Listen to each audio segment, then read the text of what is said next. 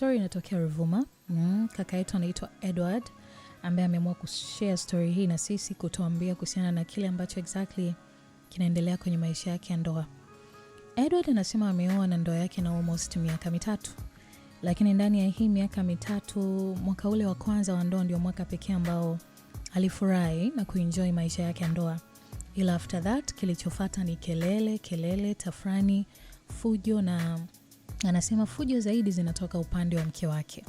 Yaani mke wake ndio mwenye hilo tatizo zaidi. Why? Kwa sababu Edward anasema yeye kwanza, ukija kuangalia nature ya familia, yeye kwao ni mtoto wa kwanza wa kiume. Na pia ndio mtoto ambaye ana maisha mazuri, ana mafanikio kwa namna fulani. Kwa hiyo ni yule kijana ambaye kwao wazazi wake wanamtegemea na wadogo zake kadhaa ambao wanasomesha, maisha yanakuwa hivyo. Lakini kinachoendelea sasa hivi ni kwamba mke wake kidogo amekuwa na hitilafu kwenye swala la mume wake kusaidia ndugu zake. Yaani imefika mahali hata ndugu wa mume wakienda pale nyumbani inaleta shida kidogo. Mke wake anakuwa na mind, anakasirika kabisa. Mfano akatutolea mfano wa tukio ambao lilitokea siku sio nyingi, sio muda mrefu. Mdogo wake wa kike alikuwa anajiandaa kwa ajili ya kwenda chuo. Kwa akafika pale na chuo kilikuwa ni mkoa mwingine.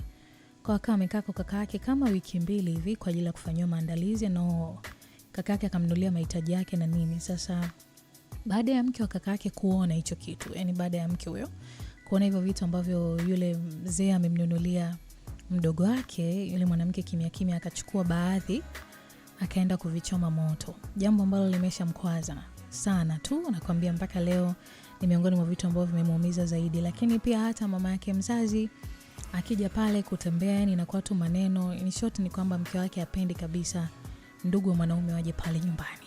Okay? Na mwanaume anakuambia ni mtu ambaye amelelewa kwenye mazingira ya familia. Anapenda familia yake, anapenda hata kama sasa hivi ameoa, lakini kwa namna fulani aweze kuwa karibu na familia yake kusaidia ila changamoto inakuja kwa mke wake. Hahitaji hivyo vitu. Mke anakuwa comfortable zaidi kwenye mazingira ya nyumbani kwake wakiwepo ndugu zake. Which is Edward anakuambia wala hana tatizo na hilo. Yaani ndugu wa huku kwake yote ni sawa. Ila mke wake anachagua. Upande wake ni sawa, ila upande wa mume wake ni tatizo. Sasa Edward yuko mahali amefika na dilema ya hatari, kwa sababu hii situationship ni kama vile inaenda kwa deep. Anaipenda ndoa yake, kizingatia ni ndoa ambayo bado changa, ni ndani ya miaka 3 tu hivi anavyotusimulia, lakini tayari udhaifu umeshakuwa mkubwa, shida zimeshakuwa ni nyingi, kitu ambacho inafika mahali kinamkatisha tamaa. Sasa hajui, haelewi achague kati ya mke na familia ambayo anaitengeneza, ama achague kuhusiana na familia yake, mama yake pamoja na wadogo zake. Hiyo ndio dilema anayo.